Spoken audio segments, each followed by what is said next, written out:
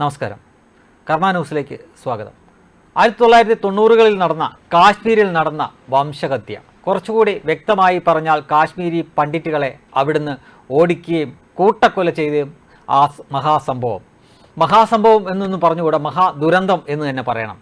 പക്ഷേ അങ്ങനെ ഒരു സംഭവം ഇന്ത്യയുടെ തലഭാഗത്ത് നടന്നിട്ടും രാജ്യം മുഴുവൻ ആ വിവരം അറിയുകയുണ്ടായില്ല. അല്ലെങ്കിൽ പറയേണ്ടവർ അത് വളരെ വൃത്തിയായിട്ട് ഭംഗിയായിട്ട് ഒളിച്ചു വെച്ചു. പിന്നീട് പതിറ്റാണ്ടുകൾക്ക് ശേഷം അന്ന് എന്തായിരുന്നു നടന്നതെന്ന് അറിയാൻ ഒരു സിനിമ ഇറങ്ങേണ്ടി വന്നു. ആ സിനിമയുടെ പേരാണ് കാശ്മീർ ഫയൽസ്. ആ സിനിമയും നിരോധിക്കാൻ വേണ്ടി പരമാവധി നോക്കിയതാണ്, അത് ബഹിഷ്കരിക്കാനും പരമാവധി നോക്കിയതാണ് ഈ രാജ്യത്തെ ഇടത് എക്കോസിസ്റ്റവും സുഡാപ്പി എക്കോസിസ്റ്റവും എല്ലാം.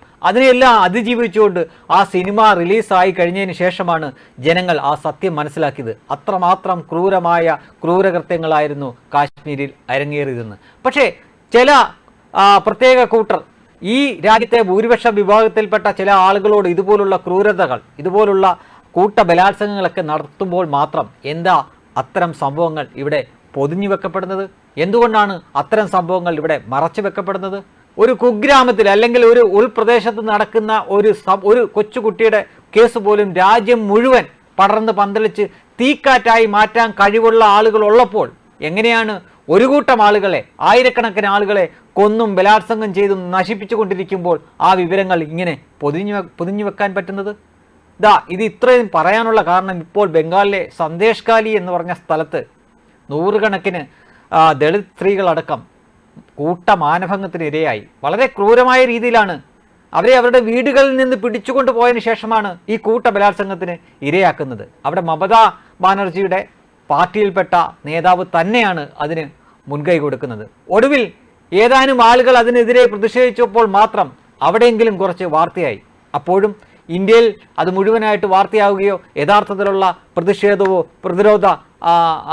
പ്രതിരോധ നീക്കങ്ങളോ ഒന്നും കാണാനില്ല എന്നതാണ് യാഥാർത്ഥ്യം. എന്തുകൊണ്ടാണ് ചില കാര്യങ്ങൾ മാത്രം ഇങ്ങനെ മറച്ചു വെക്കപ്പെടുന്നത്? നമുക്കറിയാം, പതിറ്റാണ്ടുകളായിട്ട് പ്രശ്നബാധിതമുള്ള സ്ഥലം തന്നെയാണ് മണിപ്പൂർ. പക്ഷേ അവിടെ നടക്കുന്ന സംഭവങ്ങൾ പോലും രാജ്യം മുഴുവൻ കത്തിച്ചുവിടാൻ ചിലർക്ക് പറ്റുന്നു.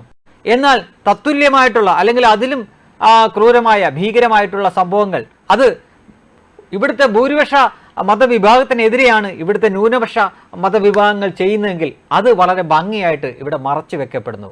ഈ ഇരട്ടത്താപ്പ് ഇനിയും അനുവദിച്ചുകൂടാ. ഇപ്പോൾ ഇതാ കേരളത്തിൽ പോലും നോക്കൂ, ഇവിടെ നിസാരപ്പെട്ട ചില കാര്യങ്ങൾക്ക് പുറകെയാണ് ഇവിടുത്തെ മാധ്യമങ്ങൾ. ഫ്ലെക്സ് അടിച്ചതിൽ അവിടെ SC/ST എന്ന് എഴുതിയിരിക്കുന്നു, അവരെ അങ്ങനെ എഴുതാൻ പാടുണ്ടോ എന്ന തരത്തിൽ അതിന് ചർച്ച തന്നെ വെക്കുന്നു.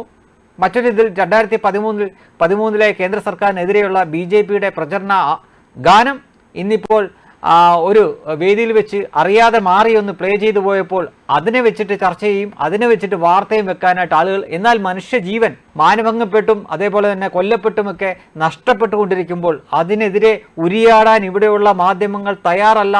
അതിൻ്റെ പിന്നിലുള്ള കാരണമാണ് ഞാൻ നേരത്തെ പറഞ്ഞതുപോലെ, ഇരകളാക്കപ്പെടുന്നത് ഇവിടുത്തെ ഭൂരിപക്ഷ സമൂഹമാണെങ്കിൽ അല്ലെങ്കിൽ ഇവിടുത്തെ ഹൈന്ദവരാണെങ്കിൽ അതിവർ വളരെ ഭംഗിയായിട്ട് മൂടിവെക്കും. എന്നാൽ ഇരയാക്കപ്പെടുന്നത് ഏതെങ്കിലും ന്യൂനപക്ഷക്കാരാണെങ്കിൽ, പ്രത്യേകിച്ചും ന്യൂനപക്ഷത്തിലെ ഭൂരിപക്ഷക്കാരാണെങ്കിൽ അത് വലിയ വാർത്തയാവുകയും ചെയ്യും. ദിവസങ്ങളും മാസങ്ങളും ചിലപ്പോൾ വർഷങ്ങളോളം അവർ അത് കത്തിപ്പിടിപ്പിക്കുകയും ചെയ്യും.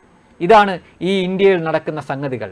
ഇവിടെ യഥാർത്ഥത്തിലുള്ള ഭൂരിപക്ഷ ആളുകൾക്ക്, ഭൂരിപക്ഷ സമുദായക്കാർക്ക് അവരുടെ ജീവനും സ്വത്തിനും മാനത്തിനുമൊന്നും വിലയില്ലാതായിട്ട് എത്രയോ പതിറ്റാണ്ടുകളായി, ഇവിടെ കുറേ കാലമായിട്ട് ഇതിങ്ങനെയാണ്, ഇത് ഇന്ത്യയാണ്, ഇവിടെ ഇങ്ങനെ തന്നെയാണ്, ഇനി എന്നാണ് ഇത് മാറാൻ പോകുന്നത് എന്നും അറിയില്ല. വെബ് ഡെസ്ക് കർമ്മ ന്യൂസ്.